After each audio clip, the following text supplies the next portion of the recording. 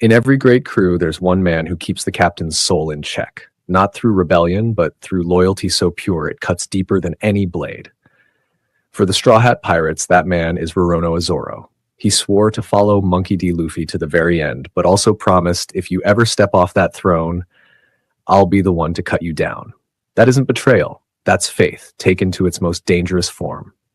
So today we ask the question no Straw Hat wants to hear. Will Zoro ever stand against Luffy?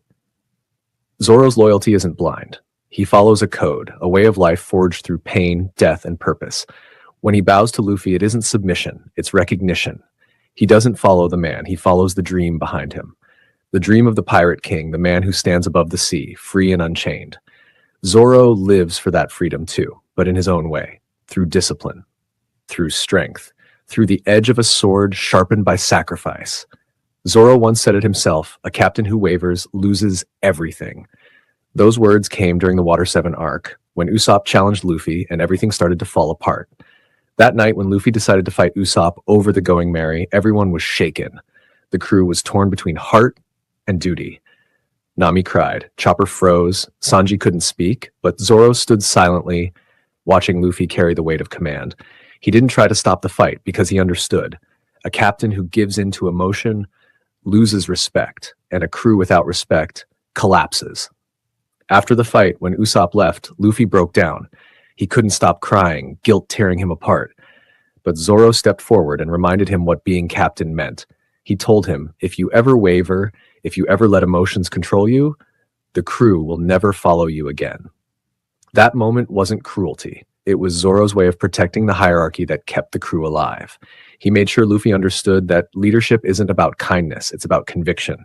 That night, Zoro didn't just defend his captain, he defined what it meant to be one. That was Zoro's truest form, not the swordsman, not the killer, but the guardian of leadership itself.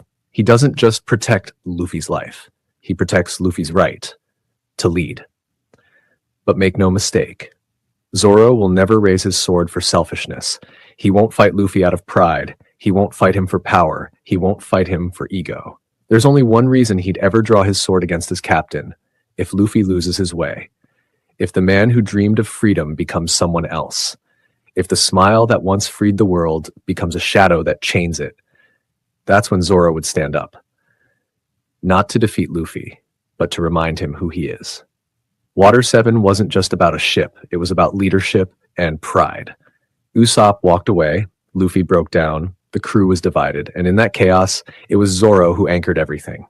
He wasn't cruel, he was real. Because to him, loyalty isn't about comfort, it's about truth. If the captain falls apart, someone has to be strong enough to lift him or cut him down if he becomes something else.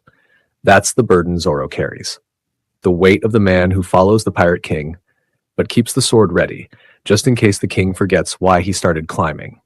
If Zoro ever stood against Luffy, it wouldn't be a fight about strength. It would be a battle of ideals. Luffy represents freedom. Zoro represents discipline.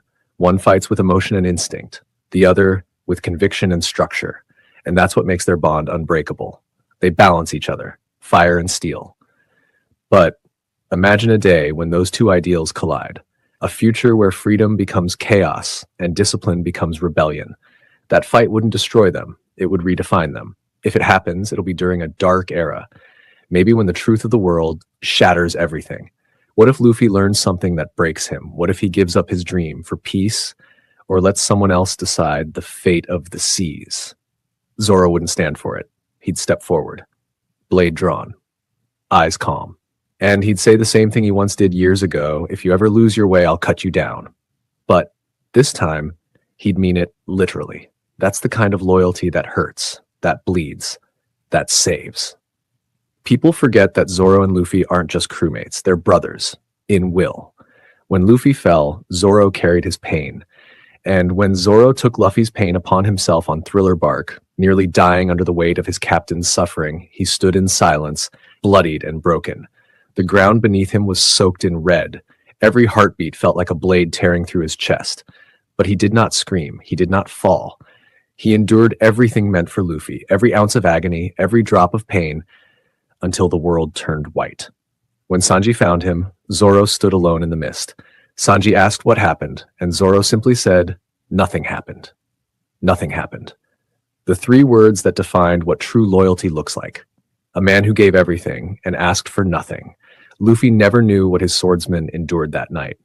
But if he had seen it, if he had seen the state Zoro was in, he would have cried like a lost child.